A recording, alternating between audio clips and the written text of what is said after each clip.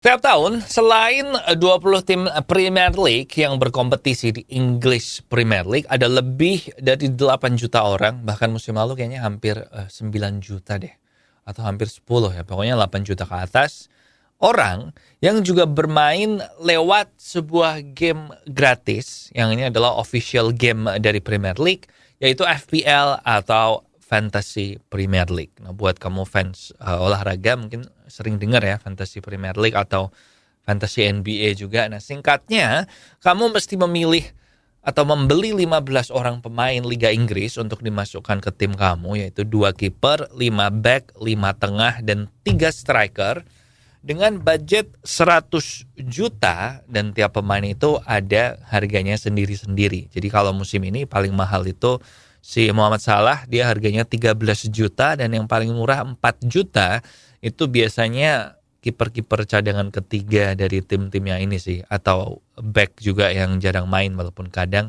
ada yang main juga.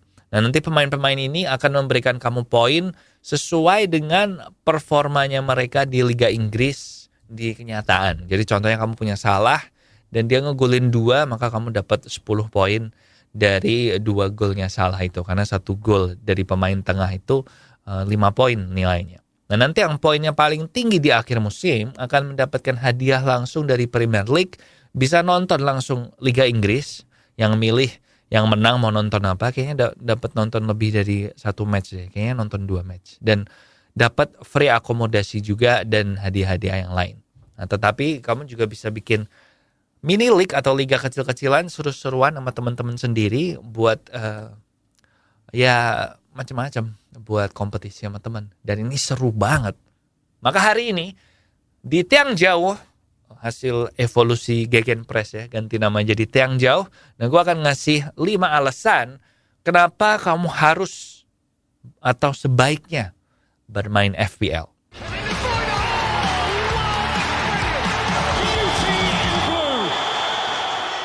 Actually, welcome untuk pertama kalinya di Tiang Jauh. Ini adalah podcast sepak bola untuk semua dengan saya Popo Kusan sebagai host, bukan pandit ya. Dan hari ini gue akan ngebahas 5 alasan kenapa lu mesti main FPL atau Fantasy Premier League. Yang pertama, supaya kamu itu biaya yang kamu keluarkan untuk nonton Liga Inggris itu worth it. Jadi sekarang ini kan ada 3 cara ya untuk nonton Liga Inggris. Yang pertama di TV yang gratisan dan UHF. Kemudian yang kedua adalah streaming legal. Sekarang musim ini di video.com. Dan yang ketiga adalah streaming ilegal. Nah, sebenarnya di antara 3 ini yang paling enak atau paling convenient itu adalah streaming legal. Karena kita bisa milih sendiri pertandingan yang kita tonton. Kalau yang TV kan kita dipilih nama TV-nya. Dan kadang nggak bisa nonton yang kita pengen nonton. And kalau streaming ilegal ya tahu sendirilah, buffering. Tiap 3 menit 5 menit mati dan macam-macam problemnya kalau streaming ilegal. Nah, tetapi harganya memang termasuk lumayan ya, walau kalau dibanding sama luar negeri sih kita termasuk yang murah. Kayak video.com yang Premier League musim ini kan harga aslinya tuh 650.000 kalau nggak salah. Cuman lagi sering ada promo kan, kayak kalau promo di Blibli ada cashback jadi 400 ribuan, atau kalau lu punya kartu kredit UOB Travel kalau nggak salah itu jadi 250.000. Nah, tapi kan tetap aja kalau kita bayar segitu, kemudian kita cuma nonton pertandingan, misalnya gue demen MU, terus gue cuma nonton pertandingan MU aja kan, kayaknya kurang cuan gitu ya kalau kita cuma nonton itu. Nah, dengan main FPL maka lo akan jadi worth it, soalnya pertandingan-pertandingan tim-tim yang biasanya kita nggak mungkin nonton. Contoh nih musim lalu Burnley lawan Norwich, kita kan males nonton ya Burnley lawan Norwich. Nah, tapi kalau lu main FPL dan lu punya pemainnya Burnley, misalnya lu punya Nick Pope atau lu punya si Teemu Pukki-nya Norwich, maka lu jadi nonton pun nggak masalah karena ada sesuatu yang didukung. Lu mendukung Nick Pope clean sheet nggak kebobol, atau lu mendukung Teemu Pukki ngegolin biar lu dapat poin. Nah, sejak gue main FPL, bahkan pertandingan nih, kita lihat jadwal musim ini ya, bahkan pertandingan Bournemouth lawan Aston Villa aja itu bisa jadi menyenangkan buat ditonton. Soalnya kita punya pemainnya dan kita jadi dukung pemainnya. Dan bahkan nggak jarang kalau kita jadi punya pemain favorit baru gara-gara kita main FPL. Bisa karena terus kita nonton pertandingannya dia, terus dia ternyata mainnya bagus dan kita jadi senang sama mainnya. Atau bisa juga karena kita punya dia di timnya kita dan dia ngecetak poin terus dan terus jadi pemain favoritnya kita. Contoh gue musim lalu jadi demen Ivan Toney, penyerangnya Brentford, karena gue nggak mungkin nonton Brentford kan, tapi gara-gara gue nonton gue punya main FPL, terus gue jadi nonton Brentford dan si Ivan Toney ini keren banget.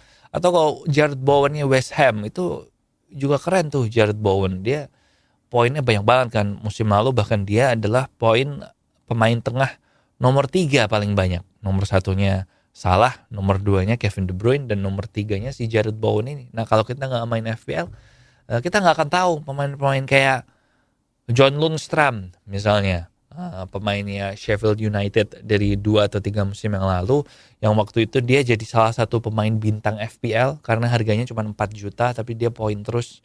Jadi dia back di FPL tapi main di pemain tengah, jadi poinnya ada banyak. And then Pontus Jansson, backnya Brentford. Ada Podence dari Wolves, Neto-nya Wolves, ada Rafinha Leeds. Gue tahu Rafinha Leeds itu dari FPL, bahkan sebelum Leeds masuk ke Liga Inggris, waktu dia barusan promosi dan barusan mengumumkan beli Rafinha, gue udah tahu gara-gara gue main FPL. Dan lo mesti percaya sama gue, kalau gara-gara ini lo juga bisa mengapresiasi, ini alasan kedua ya, lo bisa mengapresiasi pemain-pemain bola profesional, nggak hanya pemain bintang aja, tapi lo juga bisa ngelihat bahwa pemain-pemain yang jarang disorot pun kadang juga memberikan kontribusi yang hebat buat timnya. Dan lo kalau ngobrol sama teman-teman lo nih yang suka sepak bola juga, dan lo bisa ngucapin nama-nama pemain yang jarang dikenal, kan lo bisa sedikit pamer gitu, kelihatan jago. Paling yang ngerti cuman teman-teman yang main Football Manager kan, yang bisa nandingin elu nih nama-nama pemain yang jarang dikenal. Dan ngomong-ngomong soal Football Manager, kita masuk ke alasan yang ketiga, yaitu ini adalah great exercise for the brain, atau olahraga untuk otak kita. Sama seperti bagian tubuh kita yang lain, otak juga perlu di olahraga, dan ini sangat melatih otak kita. Jadi kalau lu udah bosen main Wordle atau main Katla atau main teka-teki silang kayak gitu, nah lu main FPL aja. Lu mikir deh, lu mesti milih pemain, lu milih formasi, terus lu udah cuma tinggal ngeliat aja kan. Ini sama kayak Football Manager tau gak? Nah, dan lu cuma milih pemain, milih formasi, dan lu lihat aja bener apa enggak pemain pilihan dan formasi lu. Kalau lu mau, lu bisa kok muter otak sampai semuter-muternya di FPL, mulai dari nyusun jadwal siapa yang jadi kapten minggu ini, minggu depan kaptennya siapa. Soalnya kalau kapten itu poinnya double ya. Dan lu mesti nyusun jadwal transfer, kapan pemain ini lu jual, kapan pemain yang itu lu beli, karena tiap minggu lu dapat jatah satu transfer gratis. Kalau lebih dari itu lu mesti bayar 4 poin.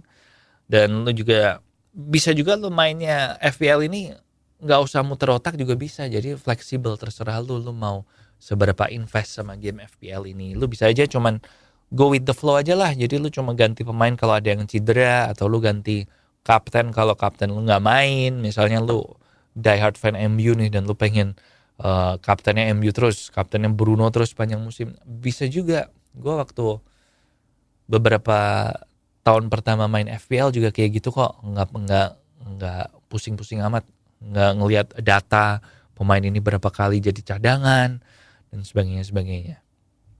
Dan alasan yang keempat, ini adalah cara natural untuk tetap keep in touch sama teman-teman sekolah kita atau teman-teman lama kita. Nah, salah satu yang kita take for granted adalah, yang kita sia-siakan waktu kita ngalamin adalah karena waktu kita sekolah itu kan gampang banget ya buat keep in touch sama teman kita, buat ngobrol. Ya iyalah, orang tiap hari juga ketemu di sekolah kan. Nah, habis kita lulus sekolah dan kita ganti sekolah atau bahkan waktu udah kerja, apalagi buat cowok, itu tuh kadang susah buat cari alasan buat ngobrol-ngobrol atau chat atau teleponan sama temen cowok ya kan, dan sering lupa juga karena sibuk. Nah, kalau kalian sama-sama main FPL, nah bisa tuh bikin mini league yang ikutan adalah circle pertemanan kalian, terus dikasih hadiah buat yang menang dan dikasih hukuman buat yang peringkat paling bawah. Misalnya yang peringkat paling bawah mesti pakai jersey tim yang dia benci terus difoto di sosmed atau macam-macam. Nah, ini buat menjaga motivasi